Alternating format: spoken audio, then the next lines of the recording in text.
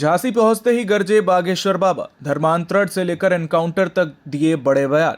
एक महीने की गुप्त साधना के बाद बागेश्वर धाम के पीठाधीश्वर धीरेन्द्र कृष्ण शास्त्री जब झांसी पहुंचे तो उनका स्वागत किसी बड़े जननायक की तरह हुआ।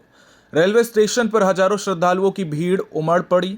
वहीं जयकारों से पूरा माहौल गूंज उठा और समर्थकों में जबरदस्त उत्साह भी देखने को मिला। लेकिन इस स्वागत से ज्यादा चर्चा उनके उन बयानों की हो रही है जो उन्होंने धर्मांतरण, हिंदू एकता, सूर्या हत्याकांड और अपराधियों के एनकाउंटर को दिए हैं। वहीं झांसी रेलवे स्टेशन पर मीडिया से बातचीत करते हुए धीरेन्द्र कृष्ण शास्त्री ने हाल ही में गाजियाबाद के खोड़ा क्षेत्र में हुए सूर्या हत्याकांड पर गहरा दुख और आक्रोश व्यक्त किया है। तो सूर्या नाम के बालक की हत्या की गई है, हलालात को ले जाने के नाम पर, दिखाने के नाम पर। यही हिंदुओं का दुर्भाग्य है। यदि तुम एक नहीं रहोगे तो उनके अंदर न दया है, न करुणा है, न प्रेम है। और हिंदू एक होगा तो एक भी हिंदू का बाल बांका नहीं होगा। उन्होंने कहा कि एक मासूम बच्चे की हत्या पूरे समाज को झकझोर देने वाली है। बाबा ने कहा कि यह केवल एक परिवार का दुख नहीं बल्कि पूरे समाज के लिए चिंता का विषय है। उन्होंने यह भी कहा कि हिंदू समाज को अब जागना होगा, एकजुट होना होगा। उनके मुताबिक जब तक समाज संगठित नहीं होगा तब तक इस तरह की घटनाएं सामने आती रहेंगी। बाबा ने कहा कि एकता ही सबसे बड़ी ताकत है और अगर हिंदू एकजुट हो जाए तो किसी की हिम्मत नहीं होगी कि वह अकेले अधिकारों या सुरक्षा को चुनौती दे सके। वहीं धर्मांतरण के मुद्दे पर बोलते हुए बाबा ने कहा कि उनका जीवन सनातन धर्म के प्रचार प्रसार और लोगों को जागरूक करने के लिए समर्पित है। उन्होंने कहा कि बागेश्वर धाम केवल पूजा पाठ का केंद्र नहीं बल्कि सनातन जागरण का अभियान है।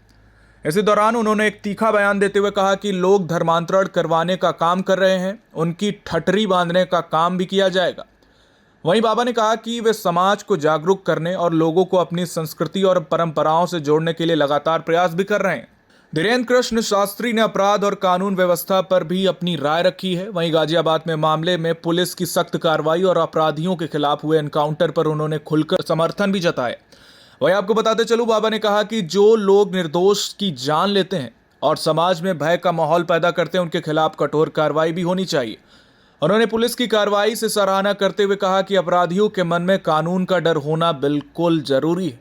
उनके अनुसार जब अपराधियों पर सख्त कार्रवाई होती है तो समाज में न्याय और सुरक्षा का संदेश जाता है। इस दौरान पत्रकारों ने उनसे कई अन्य सवाल भी पूछे, जबकि द्वारका पीठ के शंकराचार्य के बयान को लेकर प्रतिक्रिया मांगी गई है तो बाबा ने कोई टिप्पणी नहीं की। उन्होंने मुस्कुराते हुए हाथ जोड़े और आगे बढ़ गए। हालांकि उनका ये चुप्पी भी लोगों के बीच चर्चा का विषय बनी हुई।